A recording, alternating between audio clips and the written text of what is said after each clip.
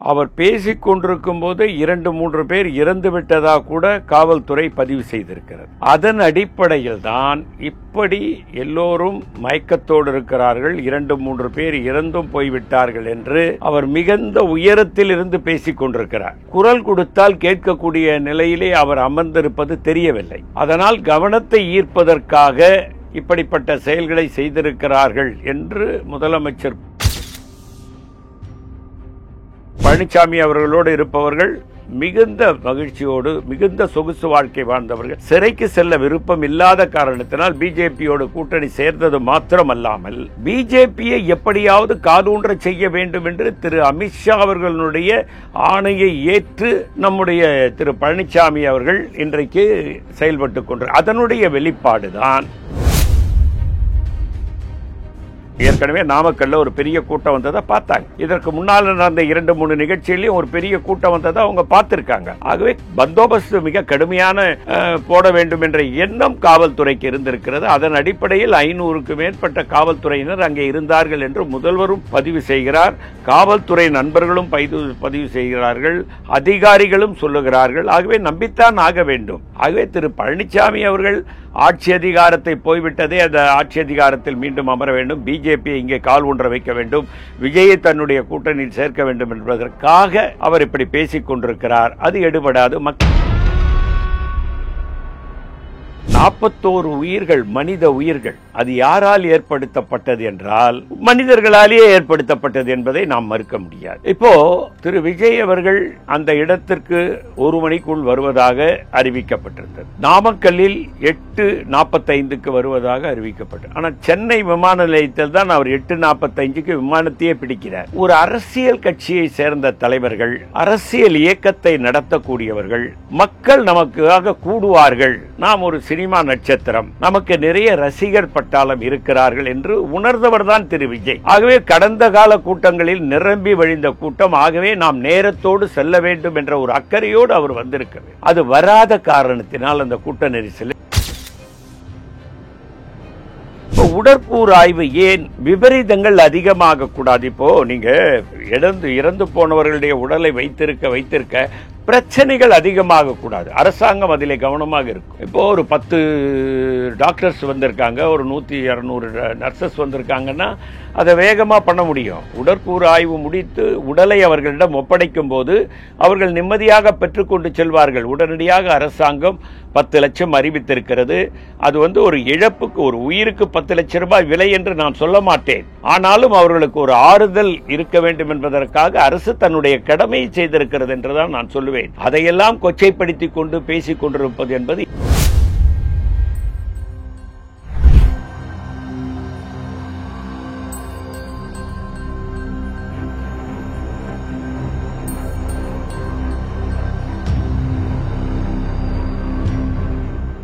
Real நேயர்களுக்கு வணக்கம். இன்று நம்மளுடைய நேர்காணலுக்கு காங்கிரஸ் கட்சியை சேர்ந்த திரு பொன் கிருஷ்ணமூர்த்தி அவர்கள் இணைஞ்சிருக்காங்க. ஐயா வணக்கம். வணக்கம்ங்க. எப்படி சார் இருக்கீங்க? நல்லா இருக்கேங்க. இன்னைக்கு சட்டமன்றத்தில் நடந்த விவாதம் குறித்து நிறையா அங்கே பேசினாங்க. இன்னைக்கு இப்போ இந்த நேர்காணல் நம்மளும் பேச போகிறோம். இப்போ இதில் சிஎம் அவர்கள் செருப்பை தூக்கி எறிஞ்சது கவனத்தை ஈர்க்கத்தான் அப்படின்னு சொல்லிட்டு பேசியிருந்தார்.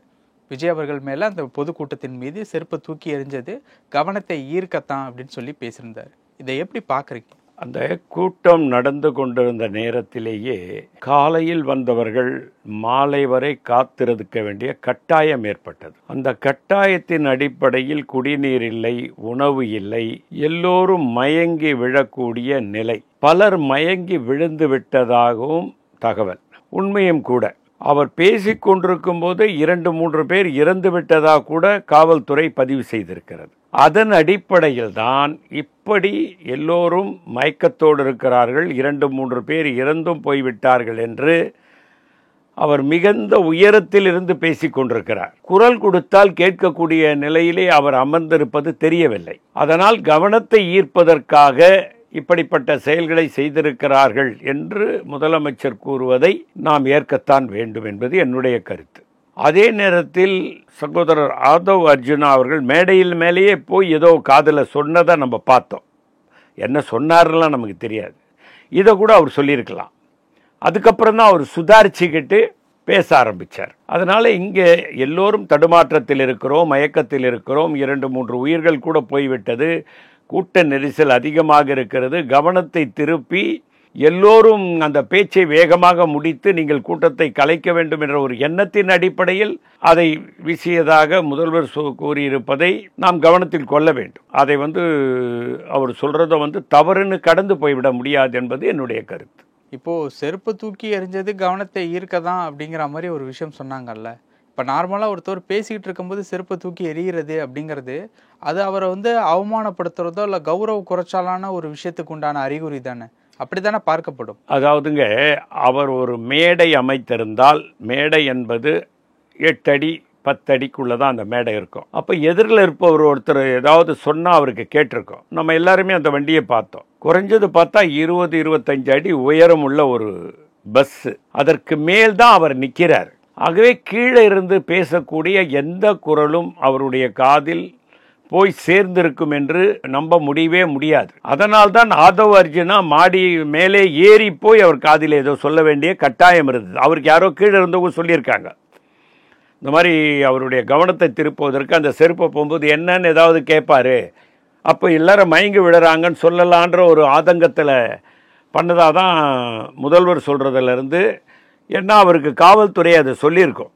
காவல்துறை என்ன சொல்லியிருக்கோன்னா, வீசியவர்களே அவர்களுடைய இயக்கத்தை சார்ந்தவர்கள், கவனத்தை திருப்புவதற்காக திரு விஜய் அவர்கள் நம்மை எல்லாம் திரும்பி பார்க்க வேண்டும், இங்கே 2-3 பேர் இறந்து விட்டார்கள், நிறைய பேர் மயங்கி விழுந்து கொண்டிருக்கிறார்கள், நீங்கள் பேசிக்கொண்டே இருப்பதை நிறுத்த வேண்டும் என்ற ஒரு கவன ஈர்ப்புக்காக அதை செய்திருக்கிறார்கள் என்பது சால பொருத்தமானது. அதைத்தான் திரு ஆதவ் அர்ஜுனா மேலே ஏறி போய் அவர் காதிலே சொல்லியிருப்பார் என்று நான் நினைக்கிறேன். அதிமுகவினருக்கு இப்படி நடந்திருந்தா கூட போர்க்குரல் கொடுத்துருக்க மாட்டாங்க.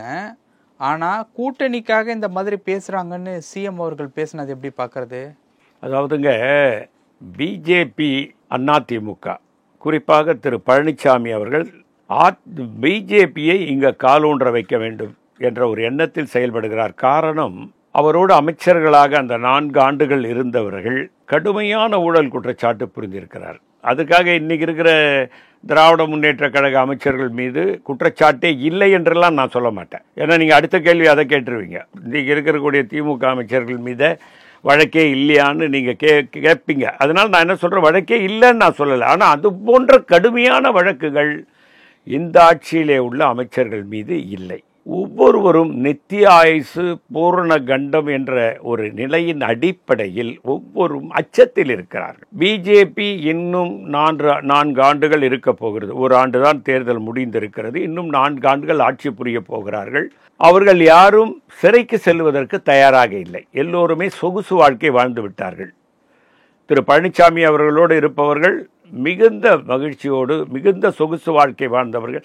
சிறைக்கு செல்ல விருப்பம் இல்லாத காரணத்தினால் பிஜேபியோடு கூட்டணி சேர்ந்தது மாத்திரமல்லாமல் பிஜேபியை எப்படியாவது காலூன்ற செய்ய வேண்டும் என்று திரு அமித்ஷா அவர்களுடைய ஆணையை ஏற்று நம்முடைய திரு பழனிசாமி அவர்கள் இன்றைக்கு செயல்பட்டு கொண்டு, அதனுடைய வெளிப்பாடு தான் திரு முதல்வர் அவர்கள் சொல்லுகின்ற திரு ஸ்டாலின் அவர்கள் ஏன் சொல்றாருன்னா, அவர்கள் கட்சிக்காரர்கள் இறந்து போனால் கூட இவ்வளவு புலம்பல் புலம்பிருக்க மாட்டார், இவ்வளவு புலம்பல் புலம்புகிறார் என்பதற்கு என்ன காரணம் என்பதை அவர் சொல்லுகிறார் என்றால், திரு விஜய் அவர்களை தன்னுடைய கூட்டணியில் கொண்டு வர வேண்டும், அது தனக்கு பலமாக இருக்கும். பிஜேபி அதிமுக விஜய் போன்றவர்கள் நம்ம ஒன்றாக இணைந்தோம் என்று சொன்னால் அது ஒரு பலத்தை கொடுக்கும், அது ஒரு ஆட்சி மாற்றத்தை கொடுக்க கூட செய்யலாம் என்ற ஒரு எண்ணத்தின் அடிப்படையில் திரு பழனிசாமி அவர்கள் இப்பொழுது சமீப காலமாக அவருடைய உரையை பார்க்கும்போது திரு விஜய் அவர்களுக்கு ஆதரவாகவும் காவல்துறையை கடுமையாக சாடியும் அவர் பேசுவதை